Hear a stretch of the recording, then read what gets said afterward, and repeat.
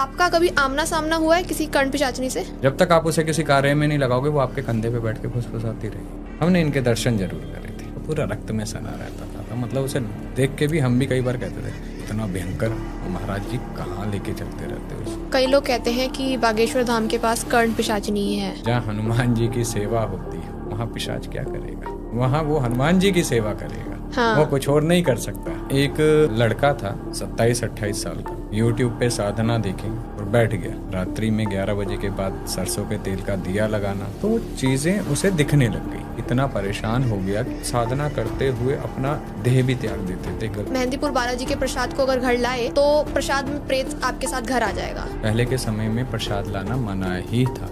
अभी भी वैसे नहीं लाते हैं? नहीं लाने। शव के ऊपर बैठकर वो साधना होती है, क्या सच में शव खड़ा हो जाता है साधना के समय? उसके ऊपर मंत्र जाप किए जाते हैं, तो एक समय ऐसा आता है वो बैठ जाता है। मंत्रों में इतनी ताकत है कि वो ब्रह्मांड को भी रोक सके। कोई रियल एक्सपीरियंस बताएंगे जिसमें हनुमान जी वर्सेस कोई डार्क एंटिटी हो? एक जगह गए थे हम, वहाँ पे डार्क एंटिटी बहुत डार्क थी, तो तब हमने बजरंग बाण का प्रयोग किया। जब वो निकला है तब उसने मुंह खोला है कि मैं वचन तोड़ता हूँ और मैं जाऊंगा, रास्ता बता रहा हूँ। मुस्लिम एंटिटी है, जिन बोलते हैं, आपने देखा है कभी इन एंटिटीज को सर? तो उससे क्या होगा? सबसे पहले तो ये बात समझो कि हमारे शरीर में चक्र कितने हैं। सप्त चक्र का शरीर है ये, ठीक है। मूलाधार, स्वाधिष्ठान, मणिपुरा, अनाहता, ठीक है। उसके बाद विशुद्धि, फिर थर्ड आई आता है और फिर सहस्त्र चक्र आता है। 7 चक्र हो गए। जब तक आप बेस से शुरू नहीं करोगे, आप डायरेक्ट थर्ड आई पे जाओगे तो वो कहीं ना कहीं आपको इफेक्ट करेगा। गुड परिणाम की जगह बैड परिणाम आने लगेंगे। आप उसकी ऊर्जा झेल नहीं सकते हो। आपको विजन्स अगर दिखने लग गए, आप समझ ही नहीं पा रहे हो ये दिख क्यों रहा है, ठीक है, वो कहीं ना कहीं फिर आपके माइंड पे ज़्यादा असर डालेगा, ठीक है। तो पहले उन्हें बेसिक करने चाहिए, अपने बेसिक चक्र जो मूलाधार है, मूलाधार पे काम करे, फिर स्वादिष्ठान पे काम करे, फिर मणिपुरा पे काम करे, फिर अनाहत पे काम करे, फिर विशुद्धि पे काम करे, उसके बाद अपना थर्ड आई पे और सहस्त्र पे काम करे। डायरेक्ट आप देखिए, आपने पहली सीढ़ी पे पैर नहीं रखा और आप सीधा 7वीं 6ठी सीढ़ी पे पैर रख रहे हो, तो उसका इफेक्ट कैसा होगा। तो ये चीज़ जानना बहुत ज़रूरी है। और थर्ड आई एक्टिवेट होने के बाद जिनकी एक्टिवेशन हो जाती है थर्ड आई, ठीक है, वो इस लोक से परे देख सकते हैं। हर एक चीज़ का अपना, देखो हमारा मृत्यु लोक है, ठीक है। इस प्रकार अपने दूसरे ग्रह चले जाओ, नवग्रह हैं जो, उनके अपने अपने रूल्स हैं, है ना, प्लैनेट्स के भी। केतु अपना अलग फल देता है, शनि अपना अलग फल देता है, ठीक है। ऐसे ही पाताल लोक का अपना नियम है, स्वर्ग लोक का अपना नियम है, शिव लोक का अपना नियम है। ऐसे ही ये जो दूसरी दुनिया है हमारे बीच में, इनका अपना अलग नियम है। तो अगर थर्ड आई ओपन कर ली है तो क्या वो जितनी एंटिटीज हैं जिनको हम नॉर्मल आई से नहीं देख सकते, उनसे वो कनेक्ट करने लग जाएगा इंसान? उससे बहुत ज़्यादा हो जाता है। थर्ड आई एक्टिवेशन का अर्थ होता है कि आप अपने भूत को भी देखने में संभव हो जाते हैं, वर्तमान को भी आप समझने लग जाते हैं और भविष्य आपको दिखने लग जाता है। कई बार ऐसा होता है कि लोगों को पहले होने वाली घटनाएं पहले ही दिखने लग जाती हैं, ठीक है। उसका ईस्ट उसे दिखने लग जाता है, ठीक है। आंख बंद करते उसे महसूस होती हैं चीज़ें, ठीक है। और खुली आंखों का वाइब्रेशन इतना तेज नहीं होता है जितना वो त्रिनेत्र का तेज होता है। खुली आंखों से आप उतना देख सकते हो जितनी इसकी देखने की क्षमता है, लेकिन तीसरे नेत्र की वो क्षमता है जो हमारी सोचने की क्षमता से भी ज़्यादा दिखाता है। तो जैसे अभी आपने कहा कि वो भूत भी देख सकते हैं, तो इसका मतलब क्या वो पास्ट लाइफ भी देख सकते हैं अपनी? बिल्कुल देख सकते हैं, लेकिन इसका एक नियम होता है। गुरु समझाता है कि किस तरीके से जाना। अगर आप पहुंच गए उस चेतना में तो वापसी कैसे आओगे। ओके, मतलब ऐसा भी कई बार होता है कि लोग वहीं फंस चुके हैं? बिल्कुल, कई बार हो जाता है, वो अटक जाते हैं। इसलिए कहा गया है कि इसे ज़्यादा से ज़्यादा आप 15 मिनट तक आप एस्ट्रल ट्रैवल कर सकते हो, नहीं तो वापसी अपनी बॉडी में आना पड़ेगा। ओके। तो जो एस्ट्रल ट्रैवल करना जानता है वो इस चीज़ को समझता है, वो किसी भी जगह किसी भी समय पहुंच सकता है। ओके। तो जैसे अभी आपने कहा वो किसी भी जगह पहुंच सकता है। मैंने एक बुक रीड करी थी, उसमें उन्होंने बताया था कि वो एस्ट्रल ट्रैवल करके वो कैलाश पर्वत उन्होंने देखा। एंड ऐसा नहीं है कि वो सिर्फ इमेजिन कर रहे हैं, वो रियल में कैलाश पर्वत उन्होंने पर गए, वहाँ पे जो साधु थे उनसे मिलकर आए थे एस्ट्रल ट्रैवल करके। एस्ट्रल ट्रैवल जब आप करते हो, कैलाश मानसरोवर की तो यात्रा होती ही है। आप किसी भी ग्रह पे भी जा सकते हो। जो ऊपर हमारे अंतरिक्ष में कुछ सिद्ध योगी महापुरुष हैं जो सप्त ऋषि में भी हैं, जो कुछ ऐसे ऋषिज हैं जो ज्ञान वहाँ पर ऊपर ध्यान में बैठे हुए हैं सहस्त्र सालों से। ठीक है, आकाशिक रिकॉर्ड्स जो बताए गए हैं वो भी वहीं पर हैं ऊपर। ठीक है, तो वो कैसे पता चलते हैं? जब आप वहाँ ट्रैवल करते हो, नहीं तो आप पता कैसे करोगे? मतलब हम जो ये कैलाश पर्वत हैं या फिर जो आकाशचारी ऋषि मुनि हैं उनसे भी कनेक्ट कर सकते हैं हम। बिल्कुल कर सकते हो, लेकिन इसके लिए आपके अंदर की जो ऊर्जा है और जो लगन है वो इतनी गहराई से होनी चाहिए कि आप उस अवस्था को प्राप्त कर चुके हो। इसके लिए सबसे ज़रूरी होता है आपके आसन का सिद्ध होना। ठीक है, जब तक आसन सिद्ध नहीं होगा आपकी चेतना अवचेतना कैसे समझ आएगी?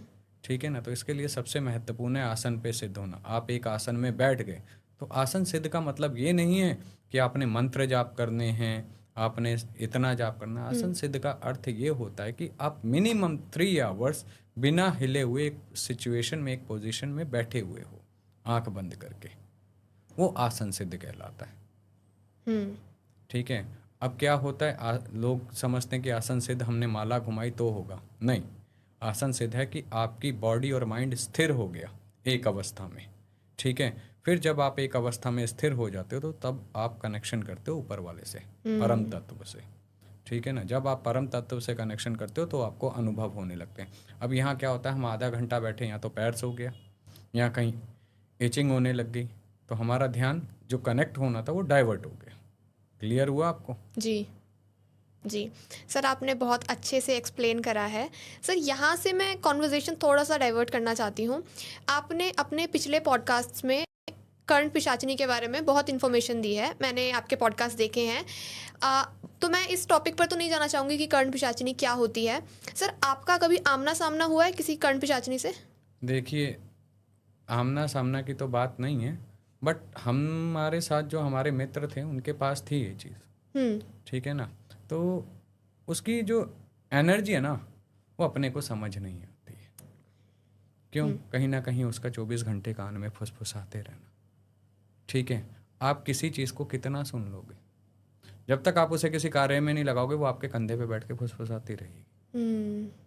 ठीक है, आप ईयरबड्स लगा के कितनी देर आप सुन सकते हो भजन को या गानों को या किसी भी चीज़ को जो आप सुनना पसंद करते हो? 1 घंटा, 1.5 घंटा, 2 घंटा, ज़्यादा से ज़्यादा मूवी देख ली तो 3 घंटा। अगर वही चीज़ आपके 24/7 चले तो कैसा होगा? और दूसरी चीज़, वो आपका भूत भवा बता सकती है, भविष्य वर्तमान नहीं बताएगी। अच्छा। तीसरी चीज़, कोई देवी की सेवा करता है, महादेव की सेवा करता है, तो उसके बारे में वो बिल्कुल नहीं बताएगी। अच्छा, ओके। ठीक है, तो ये चीज़ है। अब देवी से बड़ा कौन है? जो जगत जननी है, वो एक पिशाचनी है, उन्हीं के अंतर्गत आती है। उन्हीं की सेवा में भूत प्रेत पिशाच किन के साथ चलते हैं? महादेव और देवी महाकाली के साथ रहते हैं, है ना। तो ये चीज़ समझने वाली है।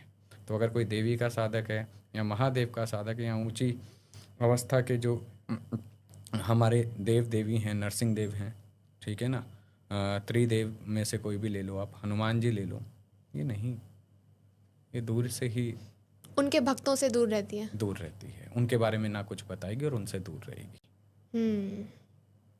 अब कई लोग हैं अपने शरीर पे प्रेत बुला के देते हैं बुझा समझते हैं आप? किसी के बारे में बताना। ठीक है, तो अब लोग सोचते हैं वो भगवान बता रहा है, देव बता रहा है, क्योंकि वो उस दुनिया से है, वो आपका हमारा सबका काला चिट्ठा जानते हैं, उनके पास ज्ञान है, इसलिए वो बताते हैं। वो कहीं भी ट्रैवल कर सकते हैं क्योंकि ऊर्जा है वो। ठीक है, ऊर्जाएं 2 प्रकार की बताई गई हैं, एक नकारात्मक, एक सकारात्मक। नकारात्मक के बिना सकारात्मक का अस्तित्व नहीं है और सकारात्मक का नकारात्मक के बिना अस्तित्व नहीं है, ये साइंस भी मानता है। जब आप बिजली का बटन ऑन करते हो तो उसमें एक वायर जो होती है नेगेटिव होती है और एक पॉजिटिव होती है, तो लाइट जलती है जी, नहीं तो वो भी ना जले। ठीक है, तो दोनों एक दूसरे के पूरक हैं।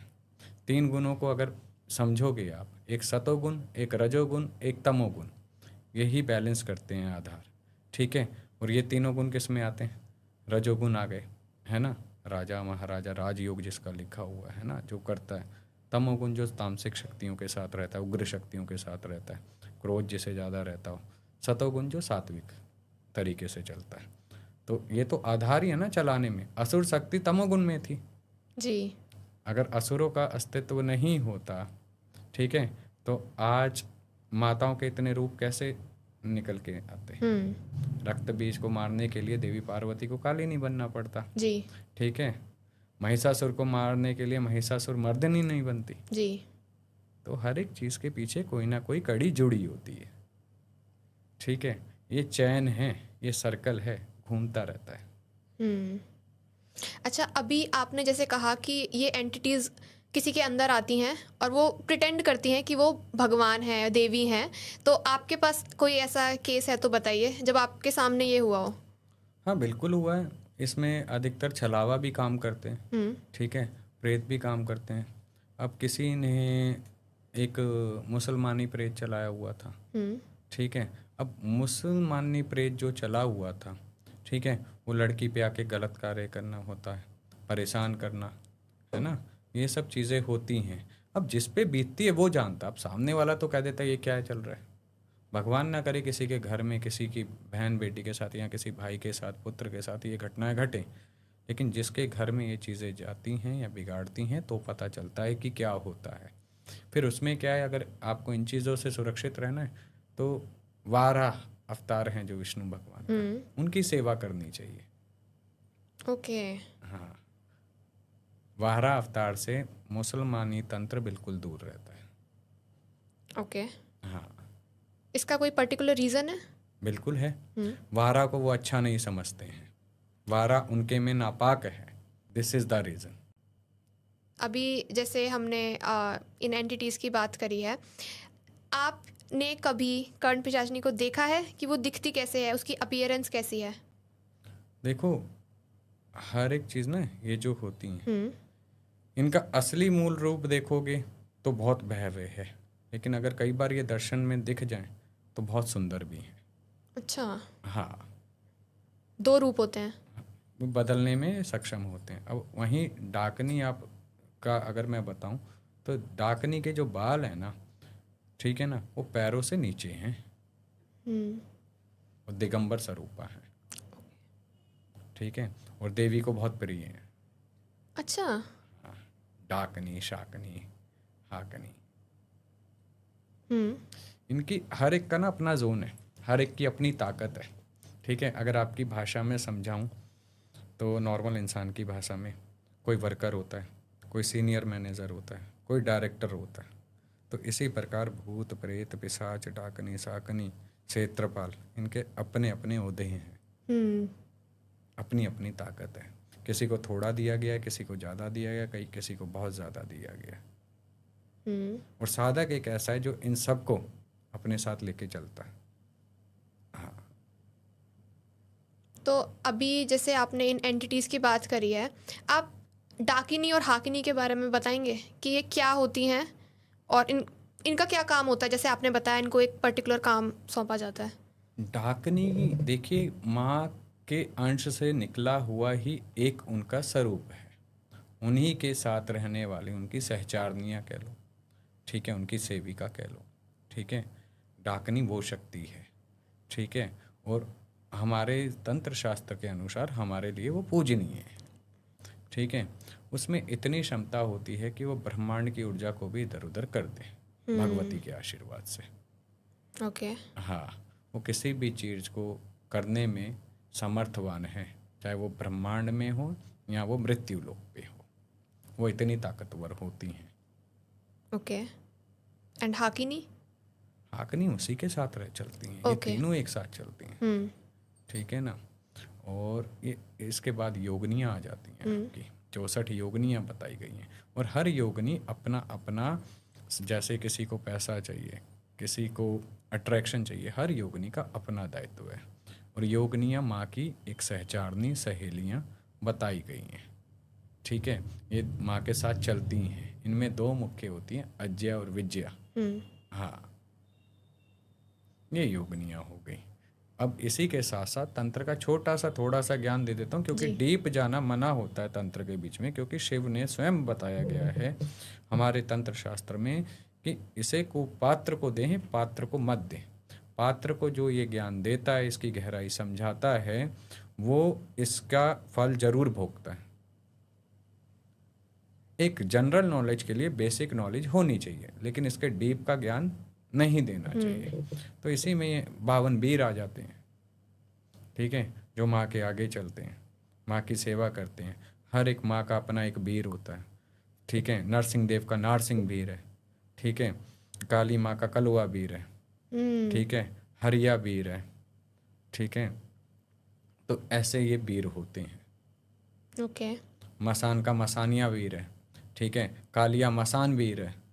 ये अधिकतर लोग इनको वीरों को जो चलाते हैं, ये अधिकतर गलत कार्यों के लिए चलाए जाते हैं। क्योंकि जब इन्हें सिद्ध किया जाता है तो वचन यही लेते हैं, इन्हें भोग प्रसाद पे उतारने के बाद वचन ये लिए जाते हैं, जो कार्य बोलूँगा तू करेगा। और वचनों का बहुत बड़ा खेल होता है। एक बार वचन में बंध गए तो चाहे वो सही हो चाहे वो गलत हो, उन्हें वो करना ही पड़ेगा। लेकिन इसका कर्म का फल कौन भोगता है? साधक। ओके।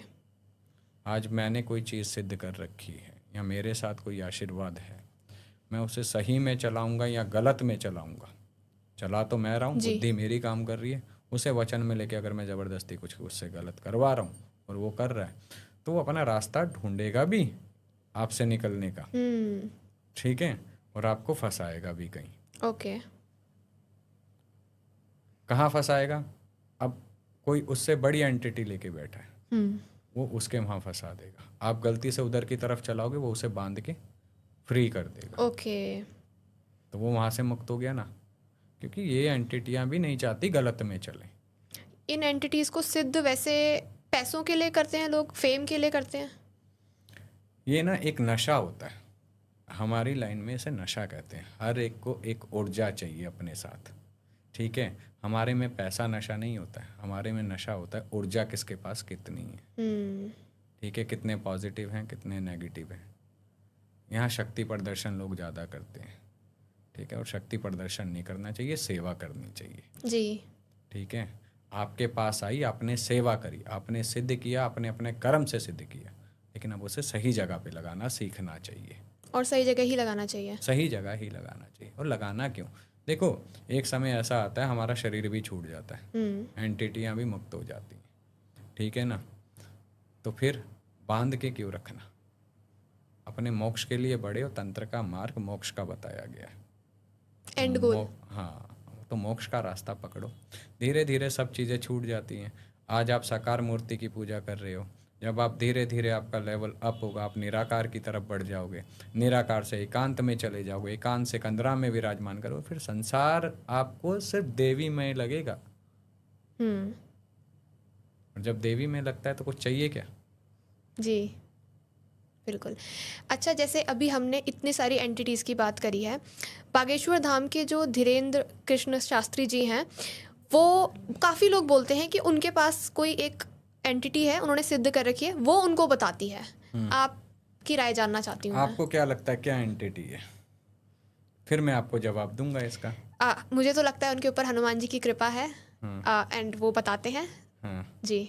उनके दादा गुरु की उस स्थान पे समाधि है, ठीक है ना, दादा गुरु का आशीर्वाद है, ठीक है। हनुमान जी की कृपा तो साथ में है ही, सीताराम की कृपा भी है, लेकिन उन्होंने